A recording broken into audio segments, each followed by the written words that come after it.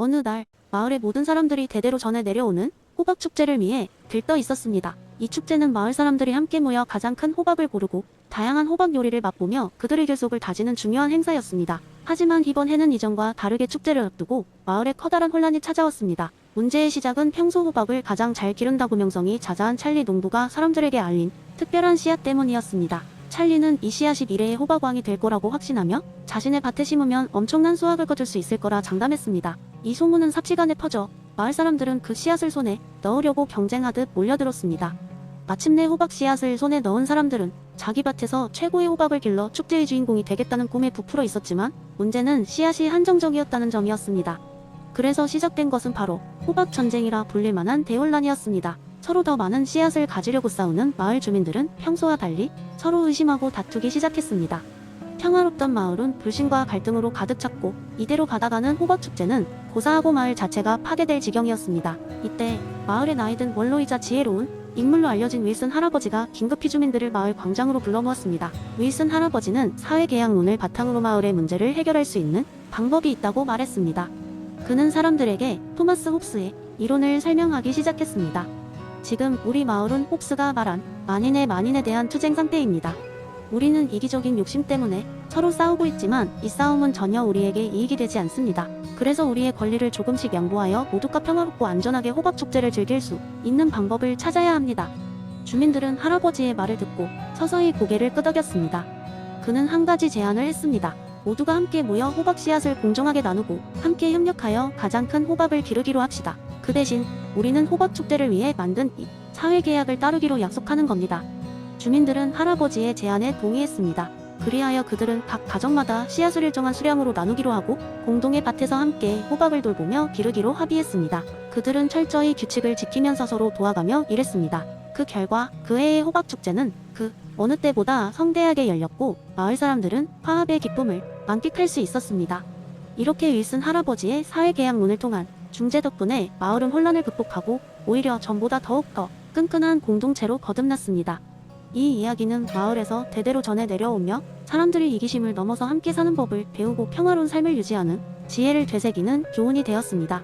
두 번째 이야기, 오랜 옛날 깊은 숲 속에 둘러싸인 루소빌이라 불리는 작은 마을이 있었다. 루소빌의 주민들은 문명화되기 전에 자연 상태를 신봉하며 살고 있었다. 그들은 재산을 소유하지 않고 모두가 평등하게 생활하며 조화로운 공동체를 이루려 노력했다.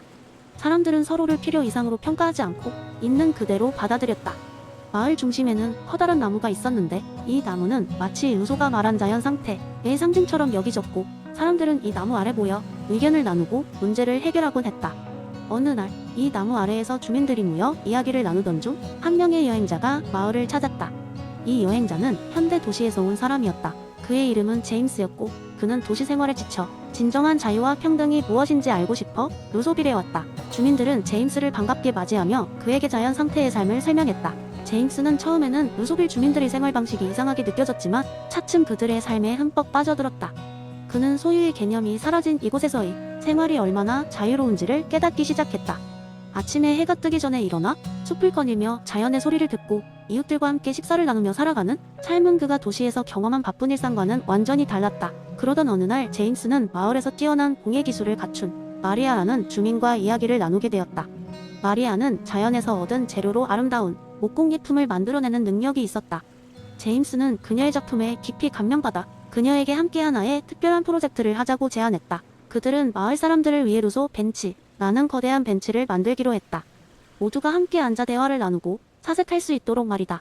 제임스와 마리아는 마을 주민들과 함께 이 벤치를 만들기 위해 노력했고 그 과정은 모두에게 큰 즐거움이 되었다. 벤치가 완성되자 주민들은 환호했고 제임스는 처음으로 자신의 경험을 모두와 나누고 싶다는 생각이 들었다.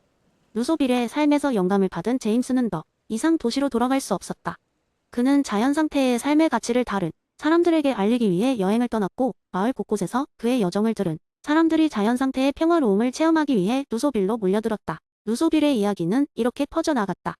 사람들은 점차 재산 소유의 굴레에서 벗어나 진정한 자유를 찾았다.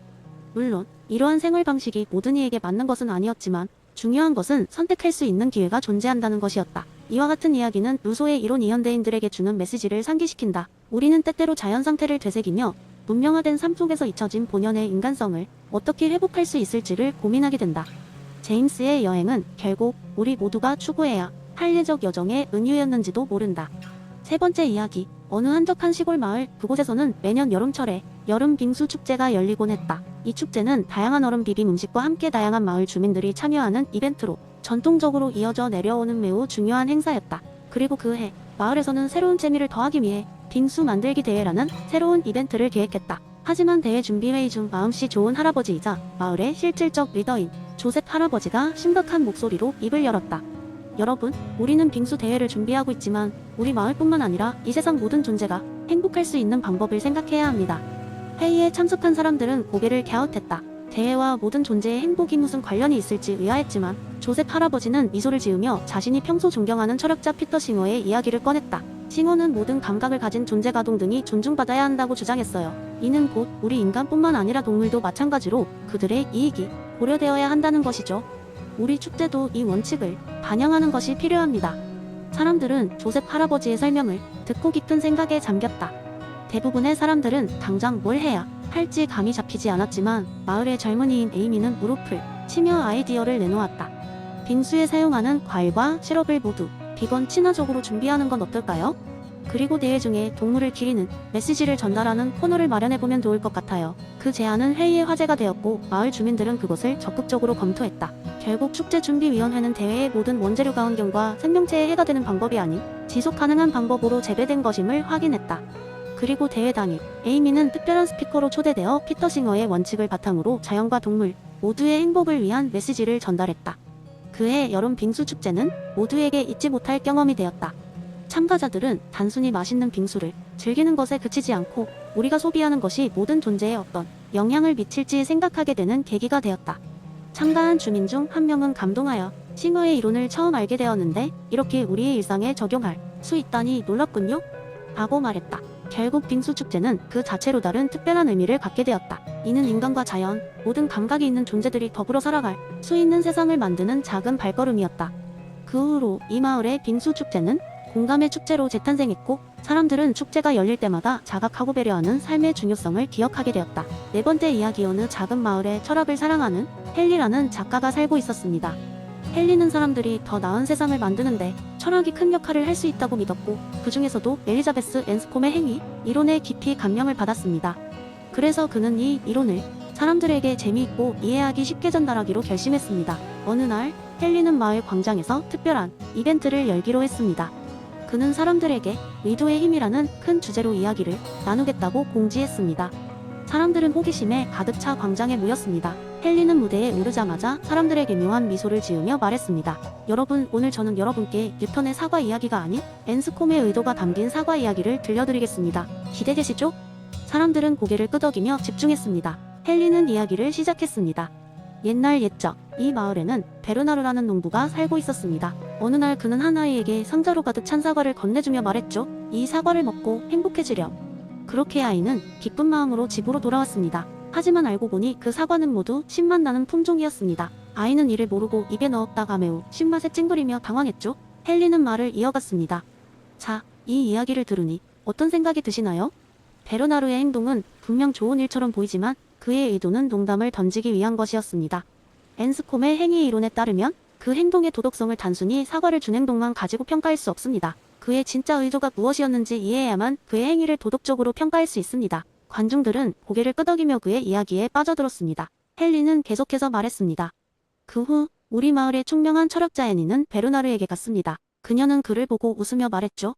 베르나르, 당신의 농담은 순간적으로 사람을 웃게 만들 수 있지만 진정한 의도는 항상 사람들을 행복하게 하는 것이어야 한다고 생각해요. 그 의도가 없이는 아무리 좋은 행동도 그 가치를 잃을 수 있습니다. 그제서야 베르나르는 자신의 행동을 반성하며 다음부터는 정말 기쁜 마음으로 사과를 주기 시작했습니다.